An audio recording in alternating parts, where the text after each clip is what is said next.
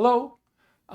Today I'm going to talk about testing our controllers. It's one of the last sort of tests that we need to talk about. We've talked about system tests, we've talked about unit tests, but controller tests fit in this sort of strange middle ground. Whereas the system test or the end-to-end test, is this allows us to work from the user interface and drive everything in the app. And the unit test is down at an individual object level, and we're testing actually often not just the object but at the individual method, and these are our objects, are all of our models that we're creating. Well, what about the controller? We've got code there, it does important stuff, we need to test it, but it's definitely in between these two, and we're going to see that as well in the way that we test the controllers, that there's sort of a mix between what we might think of as a unit test and what we might think of as a system test. In fact, they're a bit closer to system tests. They're definitely in the category of what we would call an integration test, so that they are testing multiple parts, because we will, in effect, test the routing, we'll be testing the controller logic. The controller itself, of course, calls upon our models to do things. And so it touches a lot of parts when we test controllers. It's nice in that regard. The one thing that we're going to be sure not to have it actively test, though, is the user interface. And let's go ahead and talk about and review some things real fast to cover this now. So you'll recall that with our web app, we've got a browser. So this is what the user has on their computer, and they go and they put in some URL and they say, go fetch this thing for me. And that generates an HTTP, a hypertext transfer protocol request.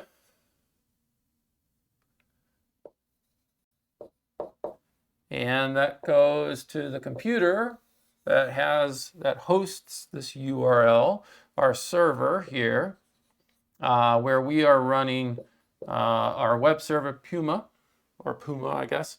And then, well, this is where Rails runs and all this great stuff is happening. We've got our database here and we talk to our database. All this stuff happens, goes on in here. And then eventually, back to the browser comes a response. And this is how our web apps work. It's request, run, response, back. And this happens back and forth, back and forth, back and forth, back and forth. And this response, again, includes the HTML to display in the browser.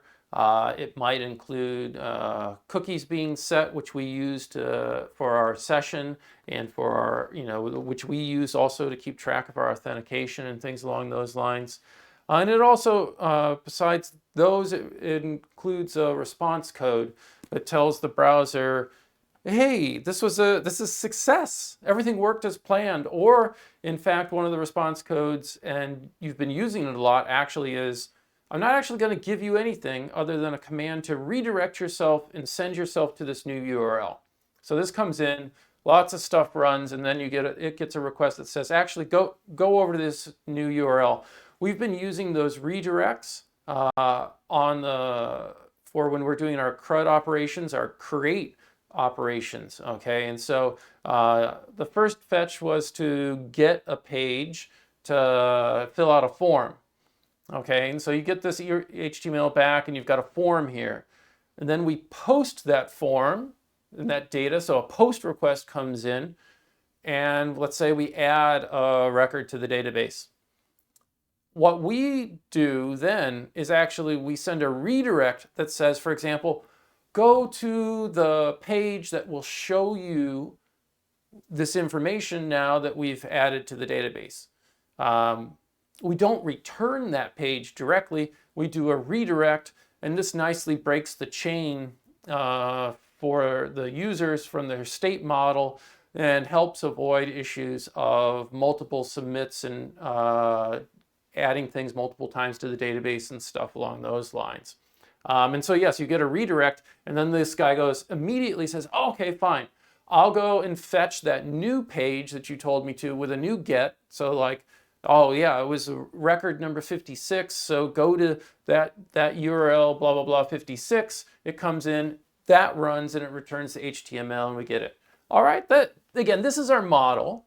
And as a reminder, I just put them here, our HTTP requests, again, were of the sort, we could get something at some path. We could post something at some path.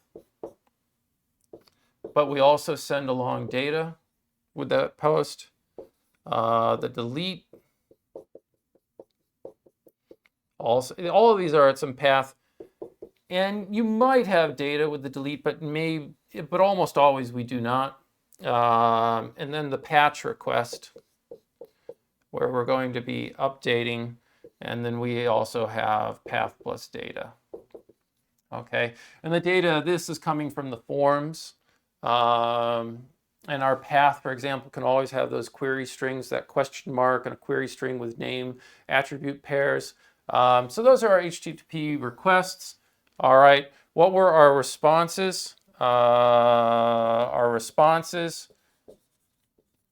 are pretty simple. We had a 200, which is success. In Rails, we're never going to play around with the numbers. We're going to use symbols instead.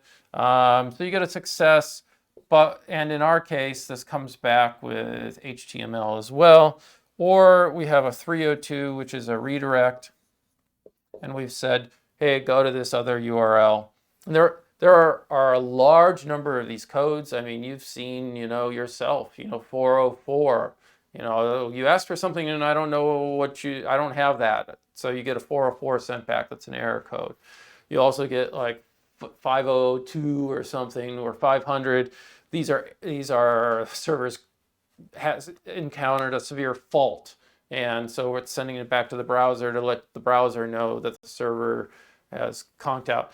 We purposely only send back, in everything that we've been doing in Rails, the success or a redirect. And so we're either parsing through and rendering a view, and that's all nice and successful, or we're doing a redirect. If we try to do a view and we run into an error, we're going to send back an error code, not a success code. I think we shouldn't have problems doing redirects. But I suppose it's possible something bad happened there as well. Anyway, this is our world. So how do we do our controller tests in here? All right. So we've talked about the hierarchy in Minitest for the other tests. The hierarchy in Rails that starts from Minitest test. And again, controller tests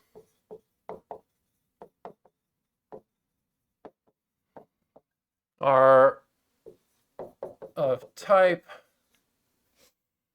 action dispatch,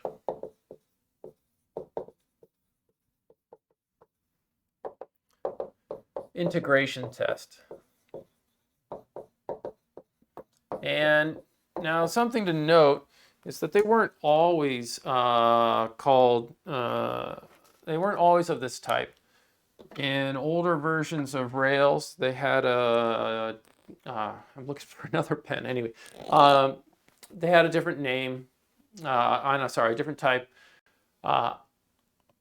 As people worked with Rails and came to get a feeling for what to test, where to test it, the notion of controller tests changed. So if you're reading old books about Rails, Rails, 1 through 5 or whatever, you might see something different. And in fact, it was in Rails 5 that the controller tests changed. So you certainly at least want to be reading Rails 5 or later. We're working with Rails 6. And so there used to be a thing like a controller test. And it did different things. It had different functionality and capabilities. And people have learned that no, controller tests really are that same thing that they used to call, and they have a directory for integration tests in the test hierarchy.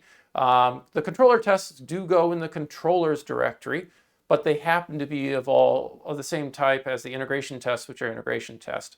Either way, I think the point to make is that this speaks to the nature of what these work. Again, as I said at the beginning, we're going to end up going through making a request. We're going to go through our routes. It's then going to match a route, which goes to a controller and an action. And that's how then we're testing the controller, is by triggering it to respond to a request that we send into the system. All right. And so, yes, as I just said, so basically, unlike a unit test, we don't directly call the controller method.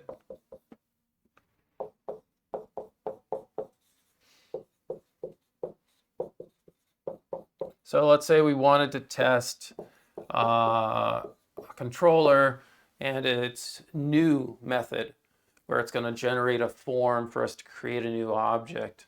We're not going to directly call that controller .new and see how it does. If it was a unit, if we were unit testing it, if there was some way to do that, we would. But these controllers and the way they're written in Rails do not lend themselves to isolation and unit testing. Again, they're in this framework where they get called in response to a route matching. And the route matches and knows that it's supposed to call a particular controller action, which is a method on a controller object. And all sorts of stuff is made available as part of this process. We've got, like, out of nowhere, we've got this sort of this session, we've got a flash, we've got cookies, all these sorts of things. And oh yeah, and then we go and we'll render these views, and somehow that HTML gets sent back. It's all like tightly interwoven. We're calling all our models. It's definitely not a unit test. We're not able to nicely isolate and test this one little piece of code. It touches tons of code, and so integration testing is definitely the way it is. And so think that's a big difference. So as I said, instead,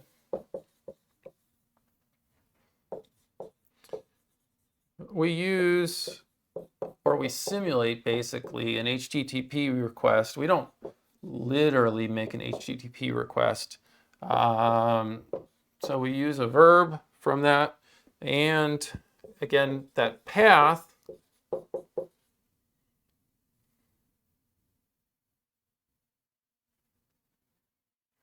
we use the HTTP request verb, and yes, we're going to apply that verb to some URL. But the big thing is the input, the data, we pass in directly the params hash. So we know that in our controller, we're always busy when we're receiving data for like a post. We're like, oh, let's go get that data out of the params hash.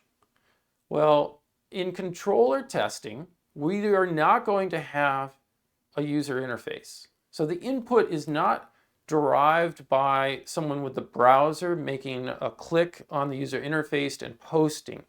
We ourselves are going to do the verb, the post, or simulate it in the testing framework. It's set up that way. And we're going to say, oh, and here is the params hash for you. We're going to set it up directly and send it in.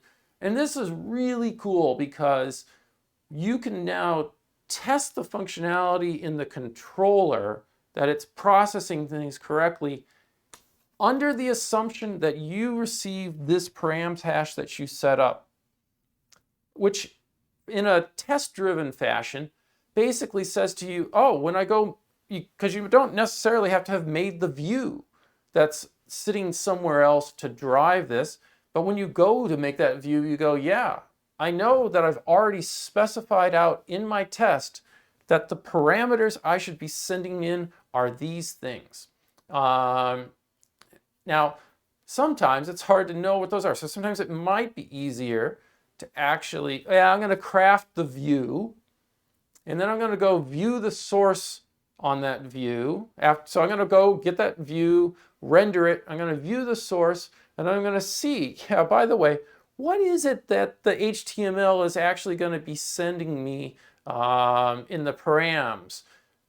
Now, you've probably gained enough experience now that you know when we do a form and it's with a model that we basically have a params hash that includes in it a hash, such as, let's say we're doing a user model. It's going to include a user hash, and inside of that user hash are all the name value pairs that we want. And if it's a regular form that's not with a model, then it's just a whole bunch of name value pairs. It's not a hash in a hash. So you don't necessarily need to make the view to figure out what it is. Once you've gained enough experience, you know, oh yeah, it's going to be this, it's going to be this, it's going to be this. But sometimes, admittedly, you might not fully understand how Rails, when you generate a form, is going to generate the names that are going to be passed in. And in that case, it does help. Go ahead, make the view, render the view, view the source, see what those are, and then you're going to know what you're going to be able to drive with the controller test. But the really great thing is this does not rely upon the view working correctly for you. So you can actually test these controllers independently of the views, and that's really nice. And it breaks that dependency.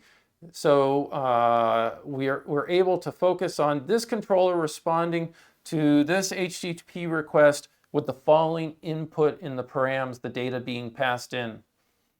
You know, and that's a wonderful thing.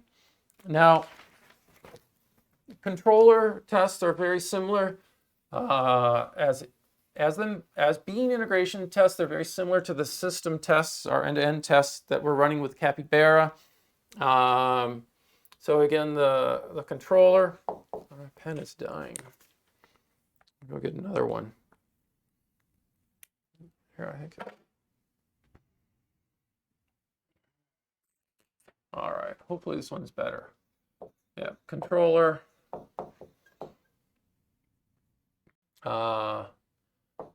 Tests are similar to the system tests. These are the tests we're writing with Capybara.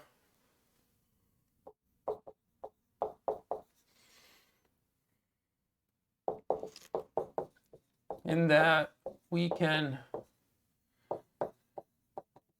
chain together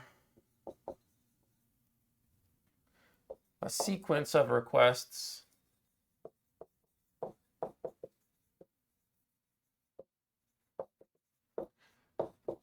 and follow redirects if needed.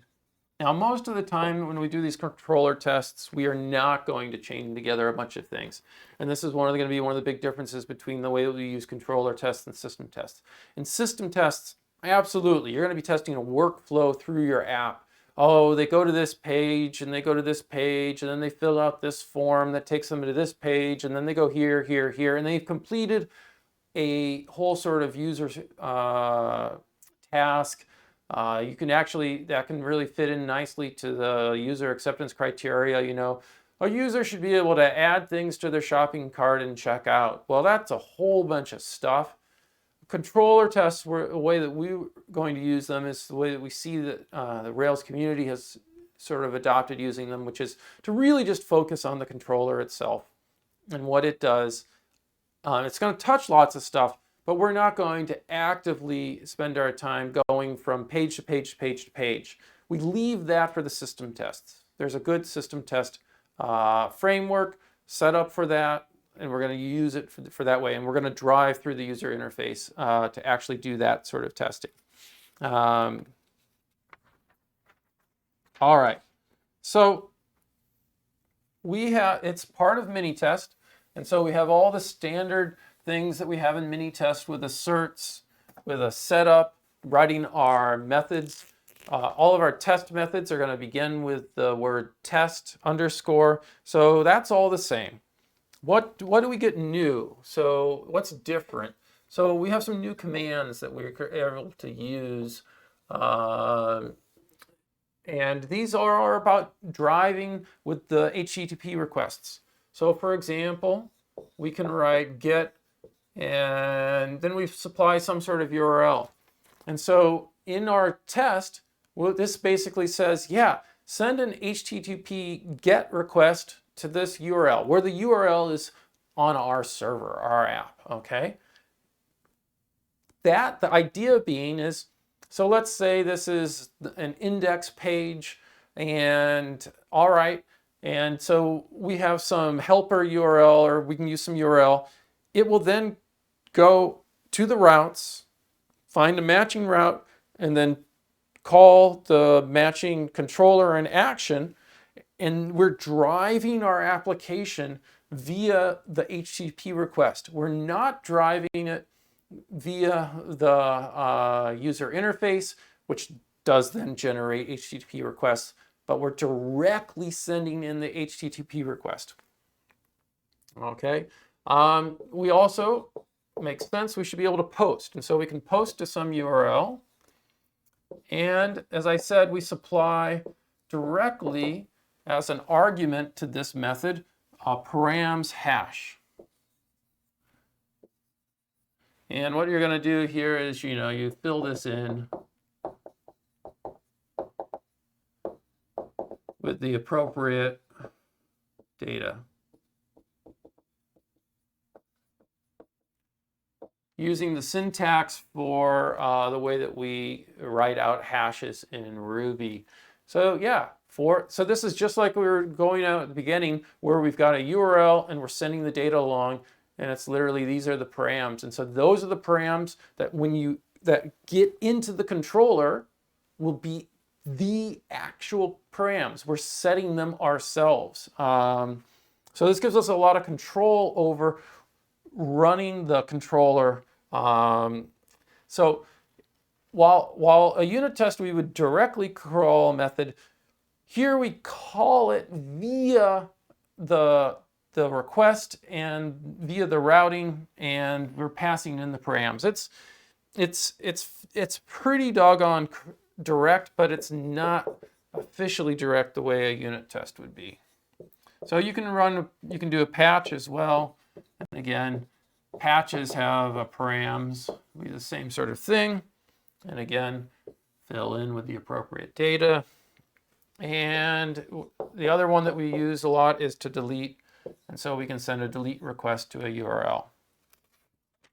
Now, we often need some more asserts to check things. And so what we're going to want to do is we're going to be able to check the response code that comes back to find out if things have been successful. And so we can assert the response to be a success. All right, after we've done something, the controller should have sent back to the browser a success if things worked. If it didn't, this assert's going to fail. We've got something errored out, caused a problem, a failure. Maybe we have a syntax mistake, and we're calling, there's all sorts of stuff, and we won't actually send back a success. Likewise, for a lot of our controllers, their job actually is not to send back a success response, but to actually send back a redirect response. And so that's tested with assert redirected to, and then we supply some URL. So assert redirected to, and where should it have been redirected to? And that's the full URL, because redirect should always be for full URLs. Now, all right, so let's look at some examples. I've taken the multi-user application, and I've updated it in GitHub. And so all this code I'm going to show you right now is already in GitHub. If you want to go open up in GitHub and find it's it's the multi-user lab instructor or something like that. You'll see that repository, and you can look at the code directly as well as here in the presentation. So here we go. So with our example, so in the file test slash test helper, we're going to add some helper methods to get not officially helper methods, but some methods that will help us do our testing. And so we can go ahead and add methods to the action dispatch integration test class by just declaring this again here, which is kind of amazing to me that this works, but it does. And since our controller tests will inherit from this, they'll also get these methods that we give it. And so they'll be in all of our controller tests. So let's go ahead and make a create user method, because it's really common that we're going to need a user to do some testing. Okay, certainly in the multi-user app. And so we can go ahead and put a create user here.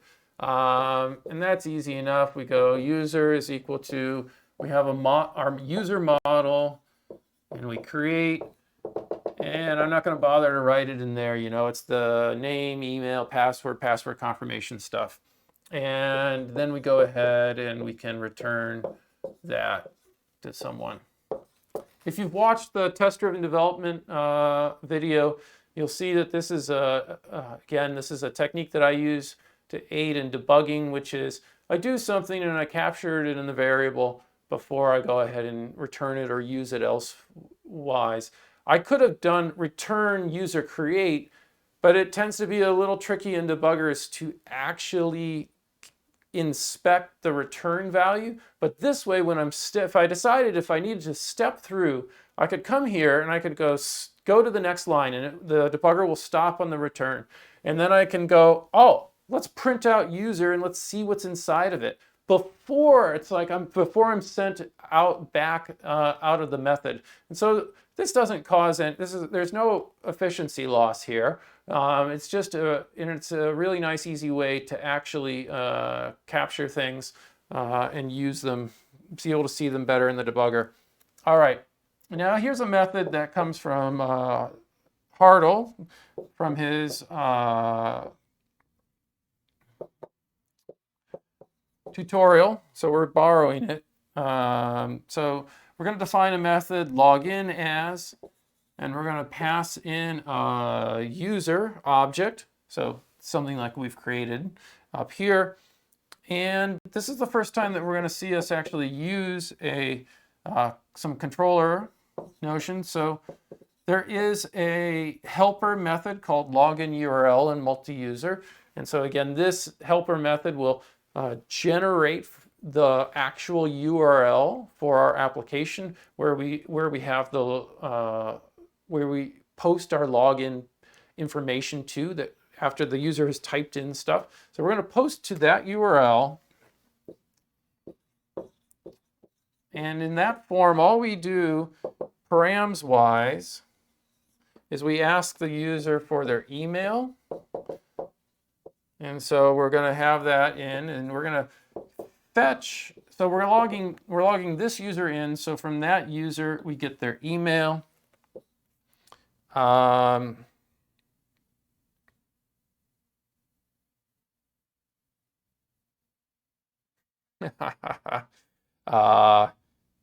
really strange.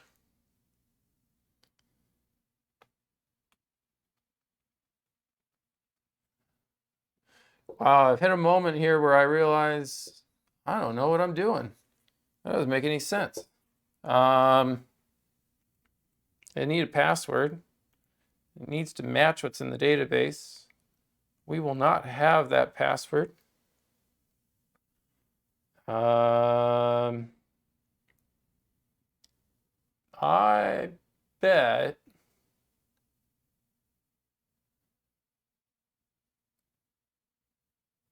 I bet the code, I'll have to look at this and get back to you. And I'm not going to stop and edit the video right now. I bet in here, in the actual code, when I create the users, I give them a password of password. And so I think what I actually should have here is password. We'll have to check. Maybe I'll have a follow-up video. But the code is in GitHub, and it absolutely works. So we'll just go with that at the moment. All right. So we end this method, and we end our little addition to the class. Now I'm looking at this now, and I don't really like it because the notion of logging in as a user is going to be dependent upon their password, matching the password that we used up here for creating them. And so these two methods are dependent upon each other. Anytime that you would try to use this with some user who has some other password, we're going to get a failure. So we'd have to be careful that in all of our testing of our controllers, that we always use the same. If we ever want to log in as a particular user, we're always going to have to be sure that we've created them with the same password that this method has. It probably actually would have been better to write this as login user, comma, password, and then we could have been in control that we knew what the password was for this user, because the user model itself does not have the password on it. Again, the passwords are stored in the database encrypted, and we have no way to get those passwords back out. The only thing we can ever do is take a plain text password and convert it to match inside of the database and see if they check. So we could never actually ask a user object what is its password, so we always have to supply it. So I bet this is what I did, and I didn't even realize I did it last night when I made the code or modified it from Hartle's. Anyways, we have those, and so we use the login as. It does chain together the requests, and we do this because we know that in our system there's going to be lots of stuff where your users have to be logged in, they have to be authenticated, but for them to be authenticated, they have to have their session object made, and they have to be with a user ID in it, and as well as something in the database for the table to match that. There's not a better way really to set that up with controller testing other than to actually run the post it to the login URL, the information necessary to sign someone in. And then after that is done, to actually continue on. So let's continue to look at setting these controller tests up. Test controllers, users controller test. So here in this file, we write this controller, and at the top of it, we require the test helper. This brings in those methods that we just called, just wrote. So we have class users, controller, test. It inherits from action dispatch, integration test. I run out of room on my small whiteboard. It's all one thing. Anyway, so let's see one of the really simplest actual tests that we can write. I guess it's not the simplest because we're going to have to create a user and stuff. But we're going to test getting the index. So on the user's controller, we're testing the index method, which we'd use using the get verb. Now, this is just, again, I could have written test happy birthday here, but that wouldn't make any sense. So I'm creating the name here that's indicative of what it is I'm really trying to test. I'm trying to test in a controller using the get and then trigger the index method, the index action on the controller. Now, in the multi-user application, This is access controlled. You have to be logged in to see who the list of users are. So as with all of our testing, our world starts with a clean slate for every single test. So there are no users in the database right now. So I've got to make a user if they're going to have access to actually see that list of users. So I'm going to call my create user method that we just made on the previous whiteboard. Then I'm going to call the login as. I'm going to log in as that user. This actually will then do that post to the login page with those params, get that user logged in nicely, set the session, and we're good to go. Now we can actually do the request to get the index. So we do a get, and we have a helper method if we look in our routes for the user's URL. So again, we don't have to memorize these, what the actual path is. Again, it's via the routing. So we're just going to do this, and that'll turn into the full URL. This will do the get on it for us. It should then go to the controller via the routing to the index method. There should be a view there. It'll render the view. We're going to ignore what is actually being rendered. And the only thing we're going to bother to check is to see that everything worked successfully, and we're going to assert a response of success.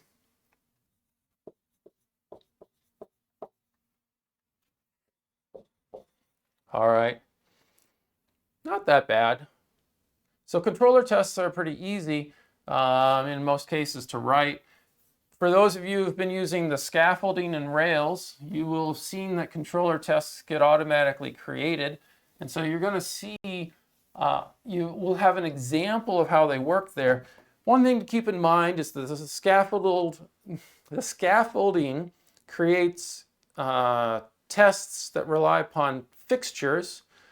We've turned off fixtures. Most of us have, although I think I saw one team who turned them back on. We turned off the fixtures, and so that's where by default they create like a user object and stuff. You're gonna create your own objects, through the active record models that you created directly, and that works a lot better for a host of reasons.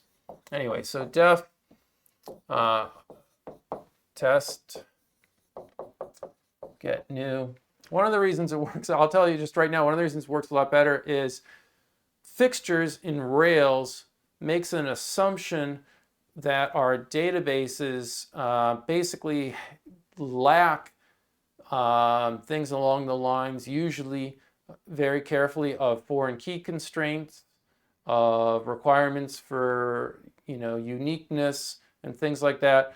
In a lot of the Rails world, they think of the database as just a raw storage device, and that all the integrity is supposed to be maintained by the application. It's better to have the integrity of certain things, if you can, maintained by the database, because that protects the integrity of the data, even if you mess up the software end in Rails. But fixtures, the way they work is they assume there's basically none of these integrity constraints to load in the data. And if you've built a database the way we have with Postgres, this does not work very well. All right. So we're going to test getting the new, the page that produces the form to get a new user. So all we do is get, and there's again a helper from the routes called sign up URL. So we're going to go fetch that page. And actually all we need to do then here is to assert the response that we have a success. Done. All right. I like that method. I like any method that's only 2 lines long. All right. Then let's look at one last example today. Is a bit more complex. We're going to test creating a user, okay? And this uses syntax with an assert that Rails and all the scaffolding likes to use, and I'm going to use it here to show you. You don't have to use this to do it, but it's a handy assert to have in hand. So what you do is you assert that there shall be a difference. Now, this asserting the difference, you can assert specific differences. You can assert a positive change of 5. You can assert a negative change of 2. The default is a positive change of 1. And so we're going to use the default positive change of 1 that if you run the command, run the code user count, so you put this in as a string, and then Ruby has the ability to actually take that string and evaluate it for you. And so it's our user model, and we're going to check how many items do we have basically in the database, how many users are there. So we're going to assert that so we do a do, after there's some code that we put here, that this count should increase by 1. So basically we're going to try to create a user which should go into the database, and then we should see then that this user count has increased by 1 after we do this code. And so this code is to just simply do a post to the user's URL. Again, figured out all from the routes. We're going to post with the data from the params.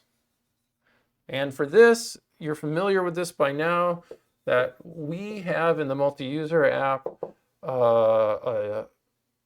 it's a model. So it's a form with a model, and the model is the user model. And so the params hash has inside of it a hash. And that hash that's inside of it is the user hash. All right.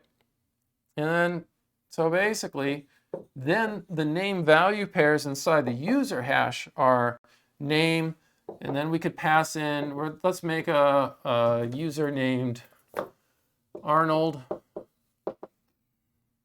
All right. Let's give the user an email of t2@test.com. All right. And we'll say a password for this user. It's the wonderful password of password. And there's a password confirmation. It's exactly the form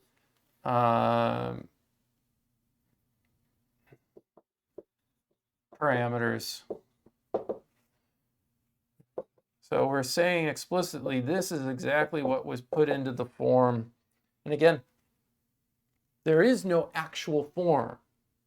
We're just going to send this data directly into the web server to this URL via a post, goes to the routes, looks up that URL, finds a match, says, oh yes, I'm supposed to, for that URL, and a post, I'm supposed to go to the user controller create method, which is what we're testing. And fine, I will send in your params hash the following, and then that controller code will run. All right, so we're going to end the user hash, and then we're going to end the params hash. And so we write an end here. This is the end that matches this do. So we're going to, again, assert that user count will increase by 1 after all this has happened. So basically, after we've posted to the application this stuff, we should have ended up creating a new user. And then if you look at the user controller, you will see that, yes, after we create a user, we redirect. So we're going to check to see if we were redirected. And in this application, we redirect to the root URL. It's a little strange, but that's what we do. And then that is the end of that method. All right. So some things to note. We're not checking the user interface. We're not like, Well, let's see what, once we get here, do we get a message that says your account has been successfully created? No. If you want to test the user interface and see that messages are properly created, that's the place for your system tests. Okay, they're operating at the user interface. They can check the user interface. I think the idea in Rails now is to focus on controller testing on when I get a request in to a URL, does it get routed correctly? And what's happening in the controller paths? Am I going through those controller paths and then ending up successfully giving a response? A basic change to the database, just checking, have we increased the number of users? We're not going to check the columns of the database and this and that stuff.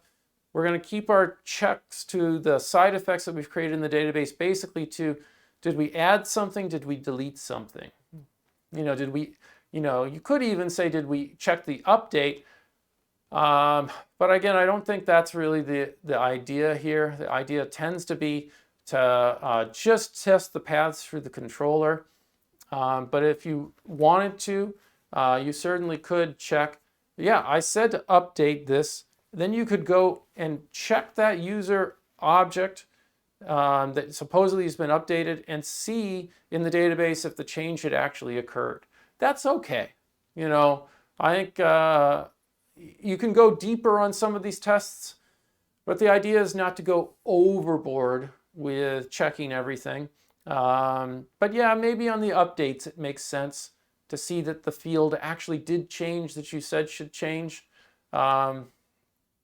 But I think the thing to note is that if you look at the controller code, if the updates come back as failing, that's when you'd go in a different path in the controller. That's a failure path, a sad path, basically. And you don't do a redirect.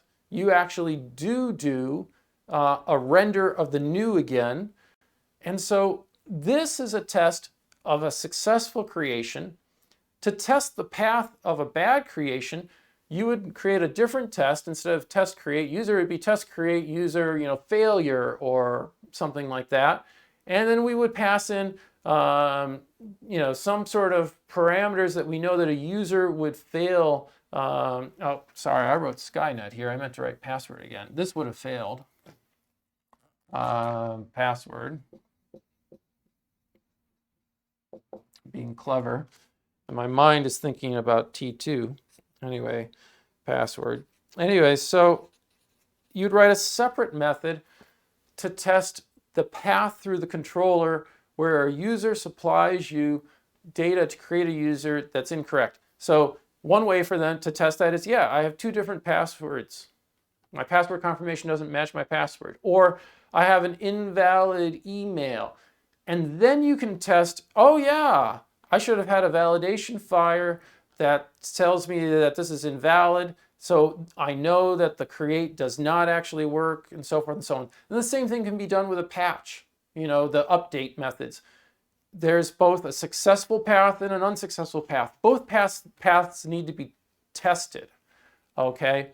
And if you then test those both paths, it's effectively, because again, the way we write the create and we write the updates is if it was successful, we're told by the database. So we don't really need to go in and check the database. I mean, I don't even know if you really need to be checking, was this, did you actually change the count in the database? It seems to be the standard in Rails, so why not follow the standard? It seems like let's go with the experience of these people after all these years, and let's do that. All right, so that basically wraps up what controller testing is. Please look at the code in GitHub for the multi-user. Again, I got some confusion there with the create user and the login path. I bet when I look at it, I'm going to find that, yeah, I used password in both places, and that links those two methods really tightly. But you'll be able to see all sorts of, for the user's controller, all sorts of the tests. These are for the standard CRUD operations. Okay,